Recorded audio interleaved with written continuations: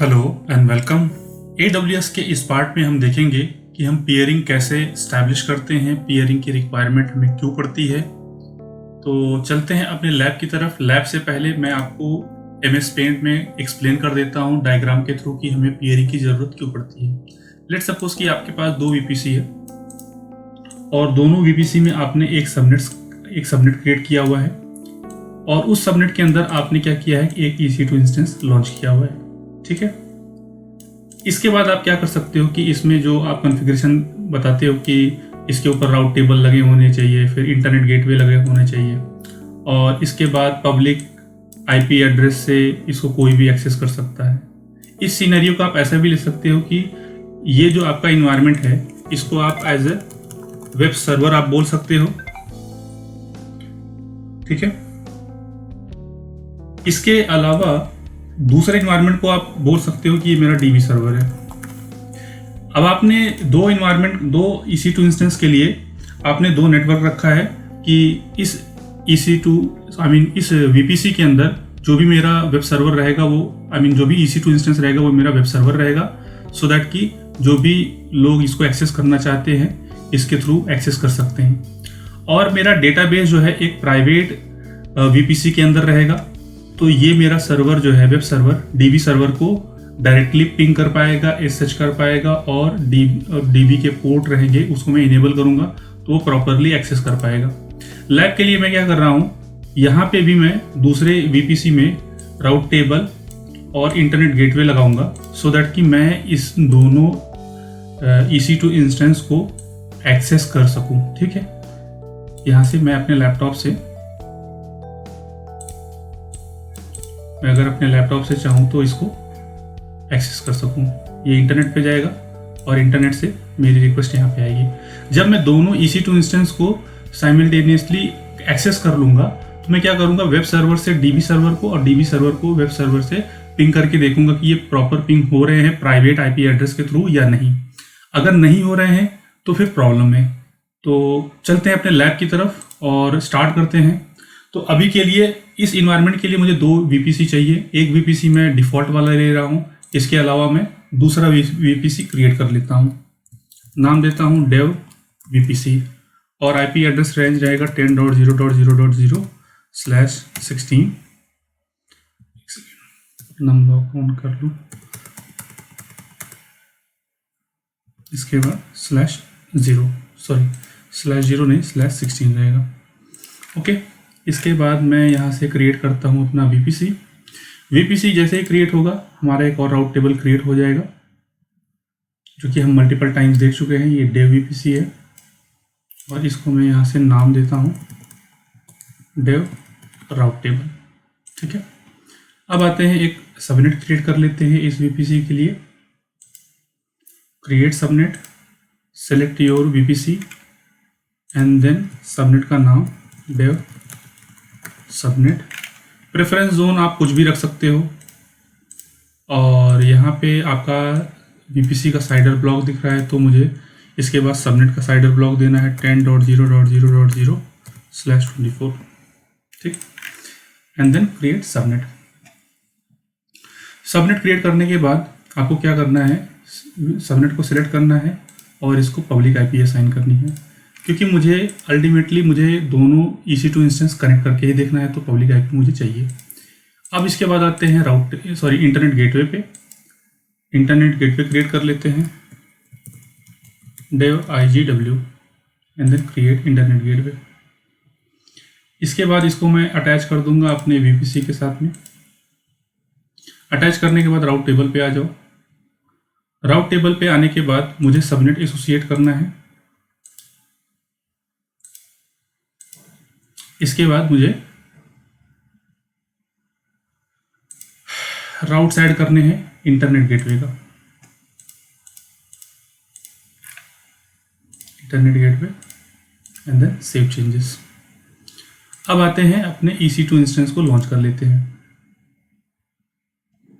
तो यहाँ पे कल मैंने लैब किया था तो मेरे पास कुछ वॉल्यूम्स और स्नैपशॉट पड़े हुए हैं आई थिंक, तो वेरीफाई कर लेते हैं पहले जो हमारे पास हैं वो सब क्लीन अप कर लेते हैं। हाँ, यहाँ पे पड़ा हुआ है तो इसको मैं डिलीट कर लेता हूँ सो दैट कि हमें कोई चार्जेस ना लगे। स्नैपशॉट में आ जाओ तो कोई स्नैपशॉट नहीं है, ठीक है।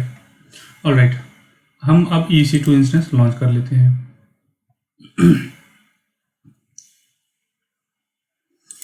इंस्टेंस काउंट मेरा 1 रहेगा और इसके बाद Amazon Linux OS मैंने ले लिया, OS का वर्जन, आर्किटेक्चर, AMI ID और इंस्टेंस टाइप T2.micro, की पेयर मैंने ले लिया ईस्ट US। और इस बार मैं डिफ़ॉल्ट VPC यूज़ करने वाला हूँ और सिक्योरिटी ग्रुप मेरा डिफ़ॉल्ट रहेगा। एंड देन लॉन्च इंस्टेंस, आप यहाँ से वेरीफाई कर लो अपने इंस्टेंस से कि कौन सा सिक्योरिटी ग्रुप इसको असाइन हुआ है। डिफ़ॉल्ट में मेरे इस रीजन में नॉर्दर्न वर्जीनिया में 2 सिक्योरिटी ग्रुप हैं डिफ़ॉल्ट वाले। तो यहाँ से अभी ये फेच कर रहा है, ठीक है। इसको मैं न्यू टैब पे ओपन कर लेता हूँ और वेरीफाई कर लेता हूँ कि कौन कौन से पोर्ट इनेबल्ड है। आप चाहो तो ऑल TCP कर लो, और अगर आप ऑल TCP करते हो तो आपको क्या करना होगा, यहाँ से मैं दिखा देता हूँ। अगर आप ऑल TCP करते हो तो आपको पिंग की सर्विस नहीं मिलेगी, ठीक है।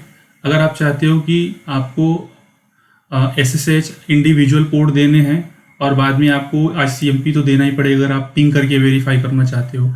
अगर आप दोनों इंस्टेंस के बीच में SSH कनेक्टिविटी इस्टेब्लिश करके देखना चाहते हो तो वो भी हो जाएगा। तो मैं क्या कर रहा हूँ, इस लैब के लिए मैं ऑल ट्रैफिक इनेबल कर लेता हूँ। ये देखो ऑल ट्रैफिक, मुझे और करने की कुछ ज़रूरत ही नहीं पड़ेगी क्योंकि ये लैब है, तो लैब में मैं सिर्फ टेस्टिंग कर रहा हूँ। अब आते हैं अपने दूसरे EC2 इंस्टेंस पे।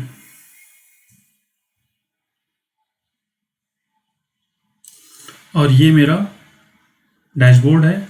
नंबर ऑफ इंस्टेंस कितना है, काउंट 1 है।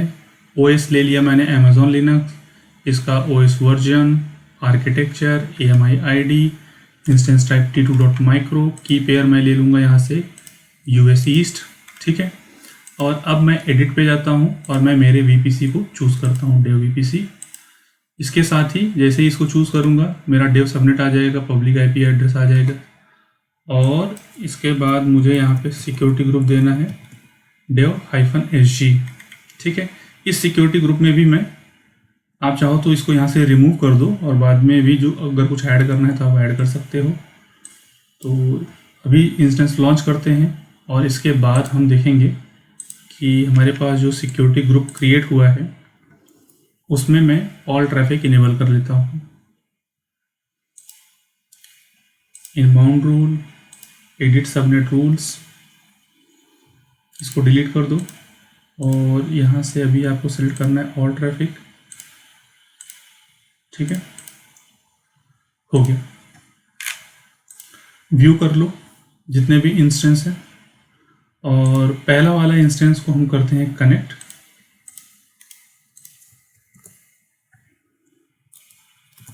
प्रेस यस, ठीक है। अगर रूट में जा करके चेक करना है कुछ भी तो कर सकते हो। यहाँ से मैंने IP ले ली, ठीक है। ये मेरी प्राइवेट IP एड्रेस है। अब इसके बाद मैं दूसरा इंस्टेंस कनेक्ट करता हूँ। Click on connect, copy example, और यहाँ से मैं दूसरा टर्मिनल ओपन कर लेता हूँ, न्यू विंडो।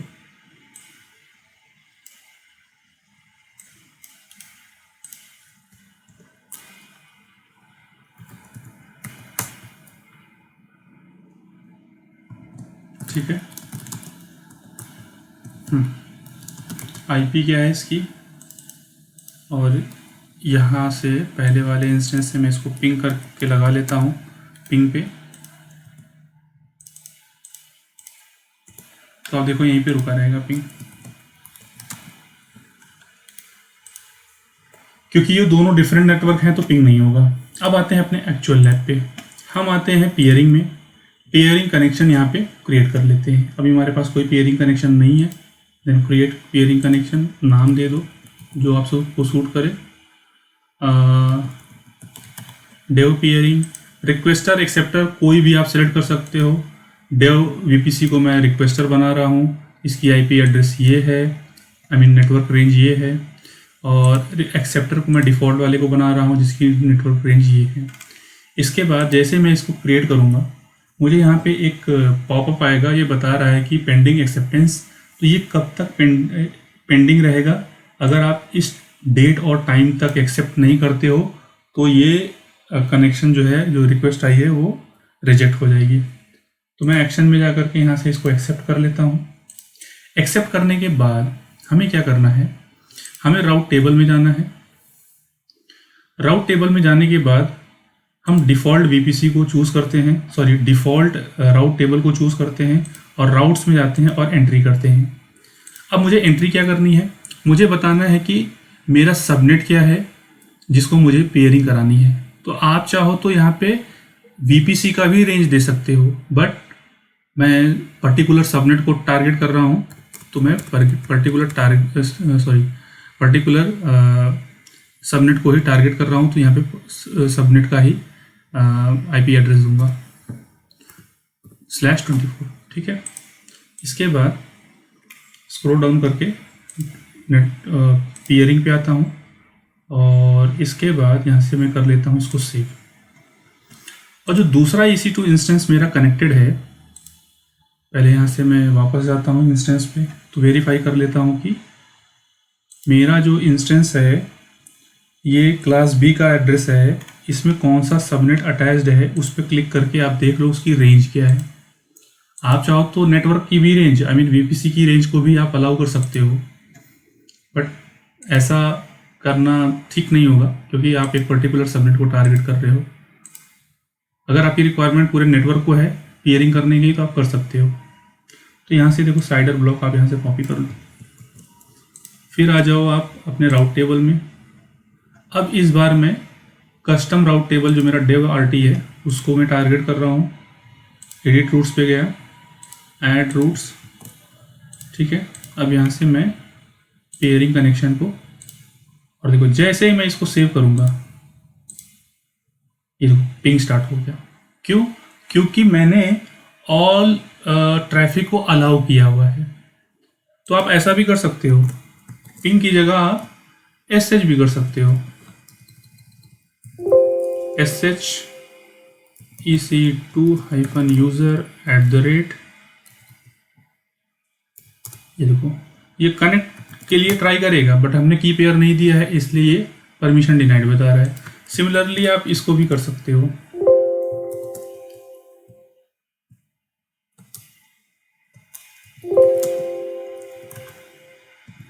EC2-user @